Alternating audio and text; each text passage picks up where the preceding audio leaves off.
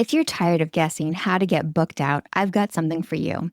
My booked out blueprint starts with a private 45-minute interview where I learn your business, your goals, and what's actually holding you back. From that, I create a custom roadmap showing your best route to booked out. No fluff, just clarity. It's only $397, and if you move forward into Booked Out in 6, my 6-mission program, that $397 is fully credited. Check the show notes to get started. Welcome to the Tiny Marketing Podcast. I'm Sara Noren Block, and this show is made for solo consultants who want to get booked out without burning out.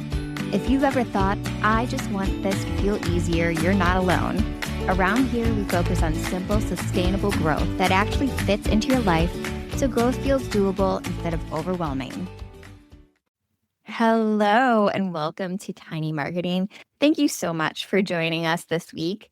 Today, we are going to talk to Jen Hamilton about the 3 operational bottlenecks that solo consultants and solo consultants with maybe a VA typically come across and are dealing with. And we're not going to leave you with that, just the bottlenecks. We're also going to tell you how to fix them. So I'm going to bring Jen up to the stage so she can introduce herself. Hello, Jen. Hey, Sarah. Thanks so much for having me. I'm happy to be here. Yes. Can you introduce yourself to the audience? Sure. I'm Jen Hamilton. I am a fractional COO. I've done the whole solo thing for nearly 15 years. And now, luckily, I have grown up to have a little bit more of a team. So I know where you're coming from.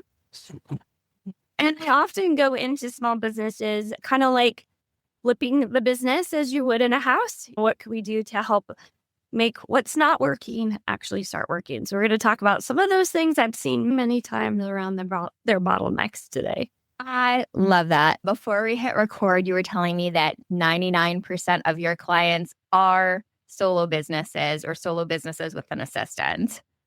Yeah, so I have a community. I lead the fractional COO, integrator, ops consultants, and I have about 670 of them now in my community as of the date of this recording. And most of them are solos. Maybe they might have an assistant, or they might have done what I've definitely done in my life, begged a child or a spouse, a sibling, can you help me with this? Oh my gosh, I trained my 12-year-old on how to edit podcasts. My 15-year-old niece is the one who edits my podcast. She does an amazing job. Yeah.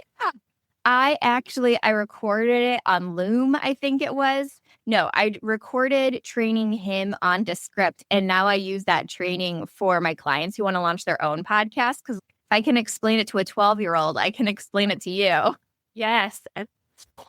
Yeah, so we get pretty creative when most of the business is on our shoulders. Yeah, you have to be. You have to be able to think outside of the box and bring in the 15-year-old to do the editing. Exactly. So this sounds like you. We get it. We are you. Yeah, we are you. We talk about this stuff. It helps us too. It's almost like therapy, right? I'm like, okay, yeah, no.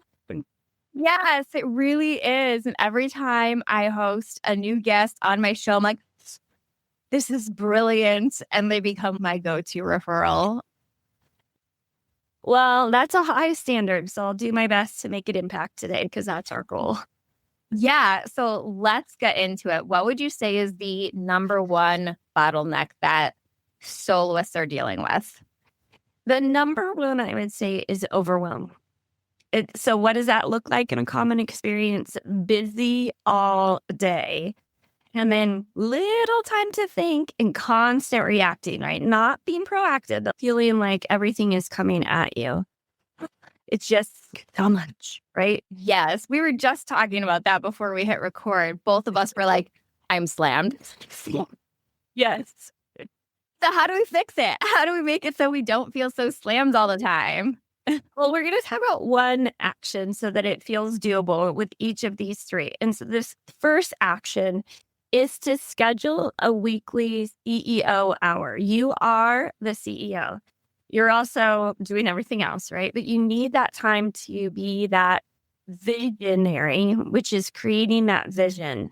And what you want to do is have that time to think. I also call it thinking time.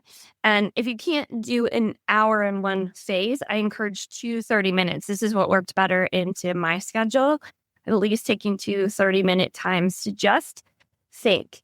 And the best way to do this to protect your time, because our time, again, if we're reacting, it's all over the place, is protect it as if you're meeting with a client. Because we know we'd put our clients first, or maybe a doctor's appointment. One would hope you put your health first. What do to make sure that doesn't move? So ideally, though, it's the same time every week, so you can block your calendar, same day, same time, and uninterrupted. So making sure you might even have to move yourself. I'm put notes onto my iPad so I can be in a different location than on my computer. Where where all the notifications are hitting you, and you're like, oh, I should probably deal with that. Exactly. So if you can go somewhere else without your phone and without notifications. And here's a question you can ask yourself, because it is about addressing the overwhelm, but having the time to think about, what do I need to do? So here's one powerful question. What's creating the most friction in my business right now? That's going to give you time to think and then fix. Yeah, that is really smart. I block off Fridays, mainly because I don't want to work on Fridays. And my mom comes over for sushi and true crime. But I always end up having to work in the morning before she comes. And I really would just, if I made that CEO hour and I set that aside and it was sacred, this is the thing that I need to do, I think that I would probably not do that so much. I love that you called it sacred, because it is, because you are sacred. Your mission is sacred.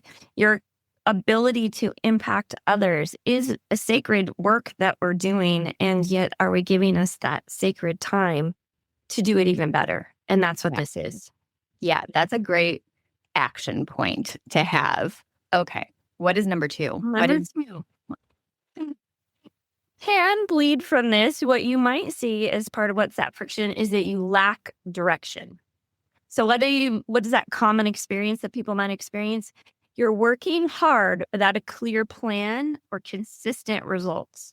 And one of the things that's really challenging, if you're a startup or if you've been doing it for many years, is to ask yourself, do I have predictable, consistent results? If not, you're missing actual plans, strategies, and that consistency is really what is a sign that you'll get predictable results. So oftentimes, again, being reactive, that's what's getting in the way of our being consistent, which gets in the way of predictable results. Meaning, I know this is how much money I'm going to make pretty well. And I know if I do this work with marketing, I'm going to get this number of people to do a sales call, and this number of sales calls is going to get me this number of clients. Predictability. Yeah.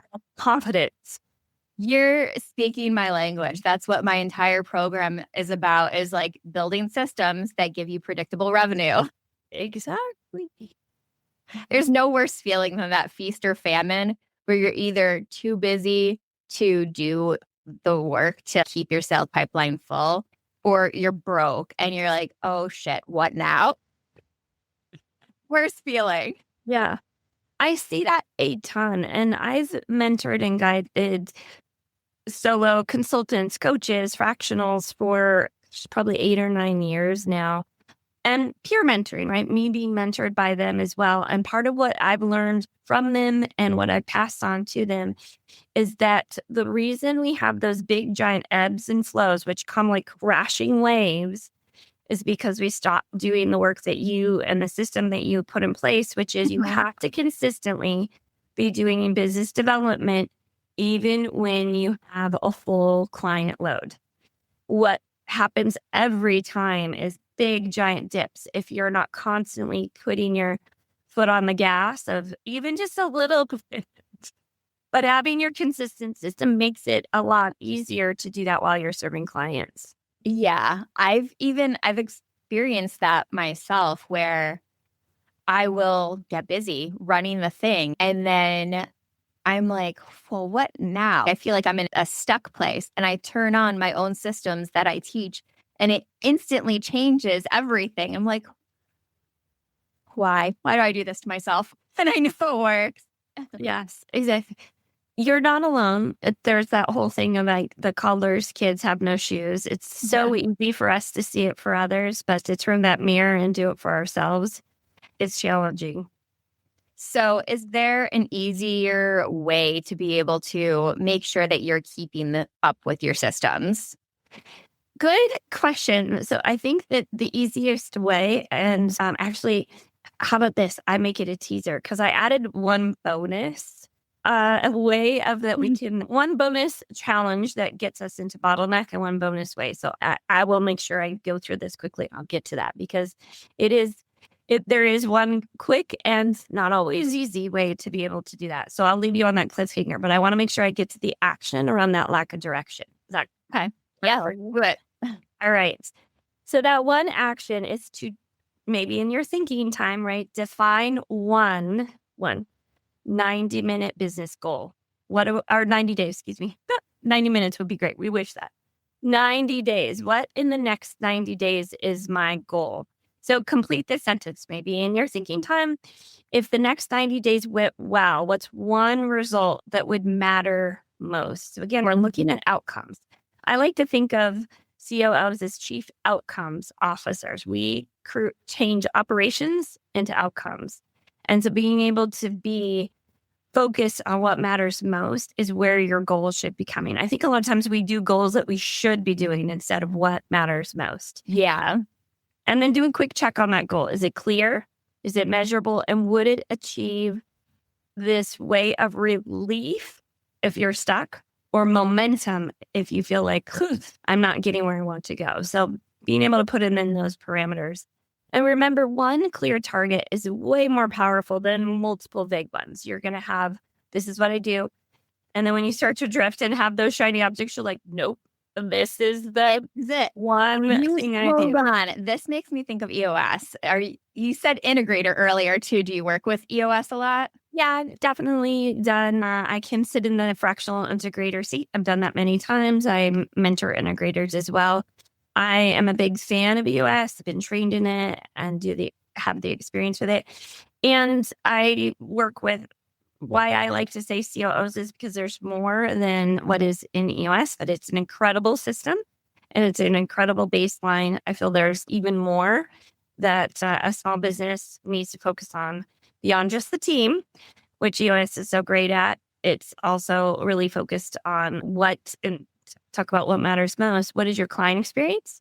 What is your cash flow like? Yeah. I love this. The EOS doesn't touch on, but you do, is revenue development. How do we operationalize, going back to what you're talking about, revenue development? Yeah, there are, EOS definitely focuses. I was a marketing seat when I was in corporate. Yeah. And it definitely focuses much more on the team. But I do know that a lot of soloists are interested in the whole traction system. Yeah. So it sounds like you take it and turn it upside down for more of that mindset of traction for a different situation. Yeah.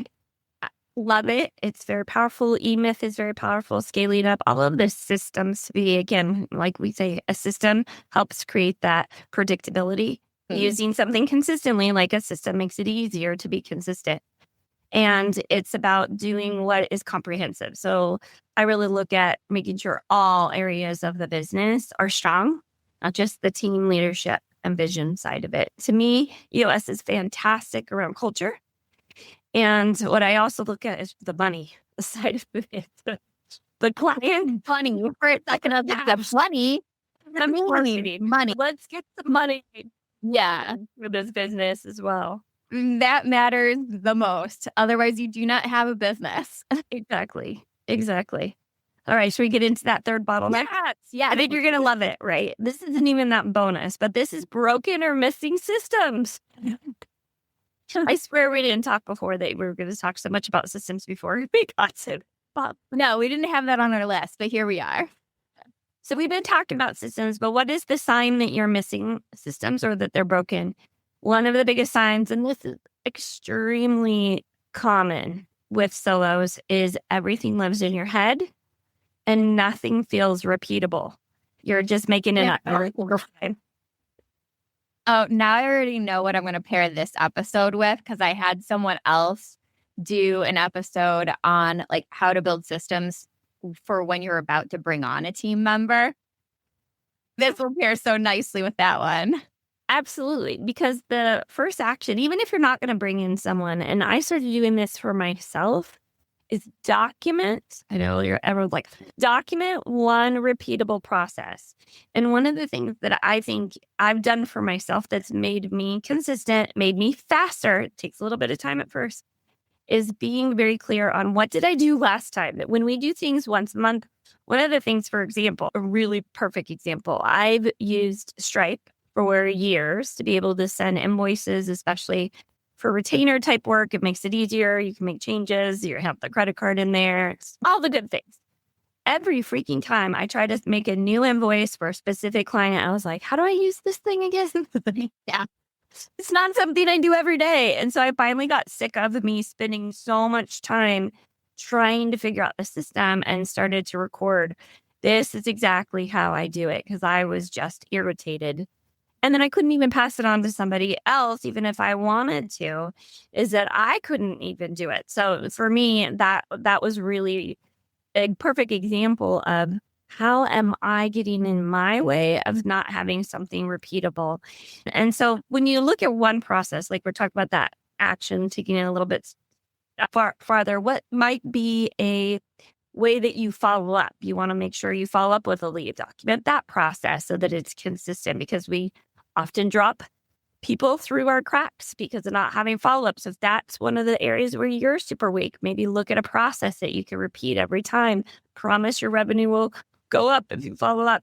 Maybe it's a transaction workflow, just like I was saying with my being able to make invoices. It could be client communication. That's one thing I did too, is that repeating themes in emails are all over the place, right? So I made myself email templates.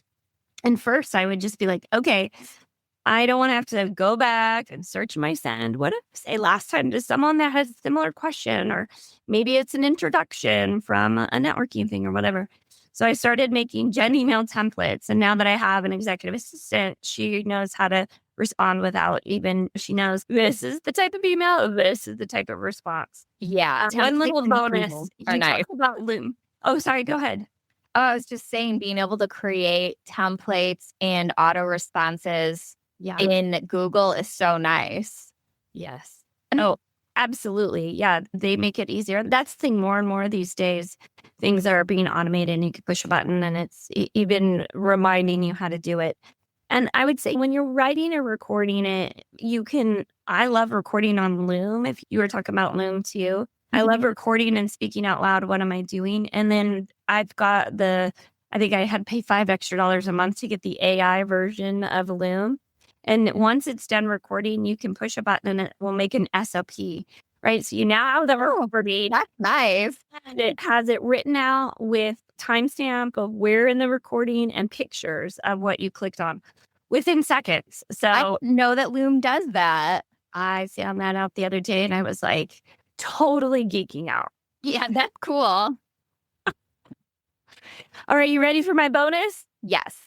Okay, we talked about systems. We talked about these things. Everything I just talked to you about all happens in bottlenecks on because we have weak accountability.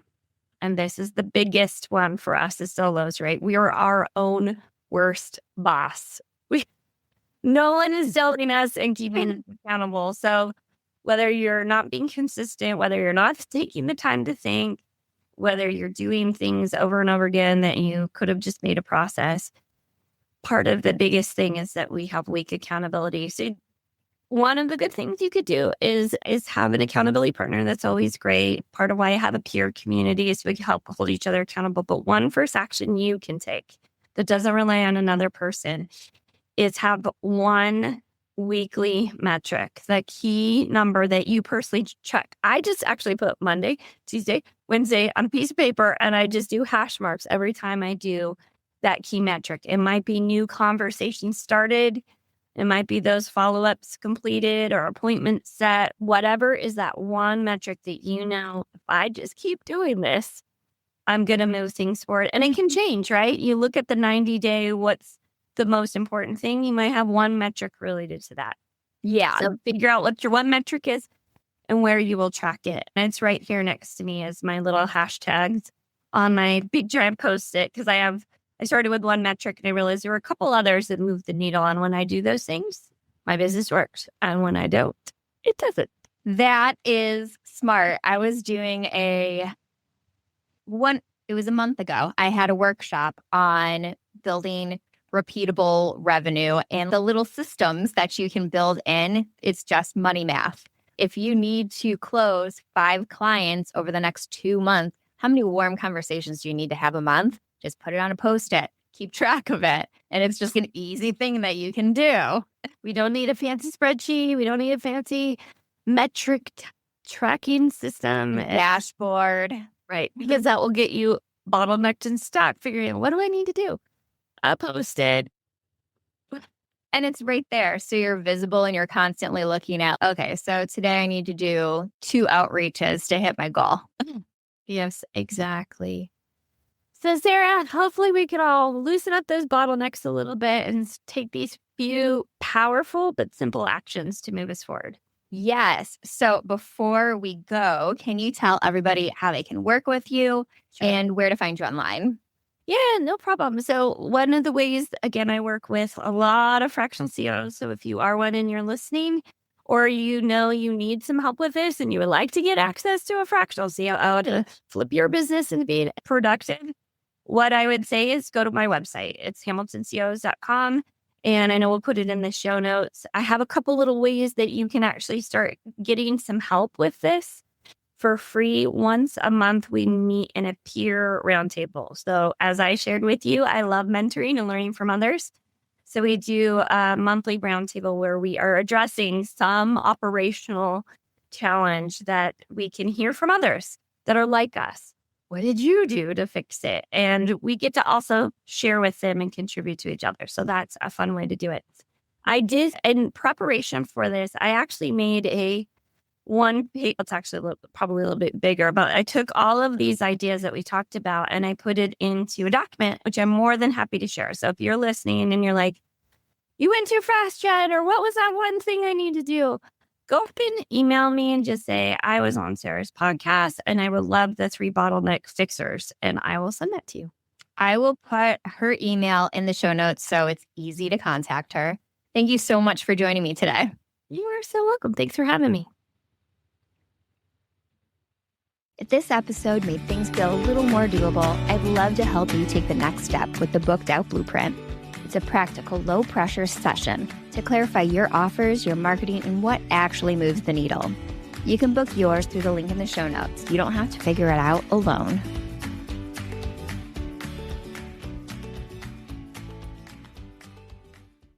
Hey there, fellow founders. Are you looking to unlock the secrets behind rapid business growth? Join my vibrant meetup group where we dive into masterclasses on game-changing strategies every single month. We've tackled topics like building a lean marketing engine, crafting killer lead magnets, and leveraging gateway offers to sell high-ticket offers. And trust me, you don't want to miss out on the next one. Come share your experiences, learn from the best, and let's grow together. Sign up and be part of the next masterclass by going to events.saranoelblock.com. That's events.saranoelblock.com.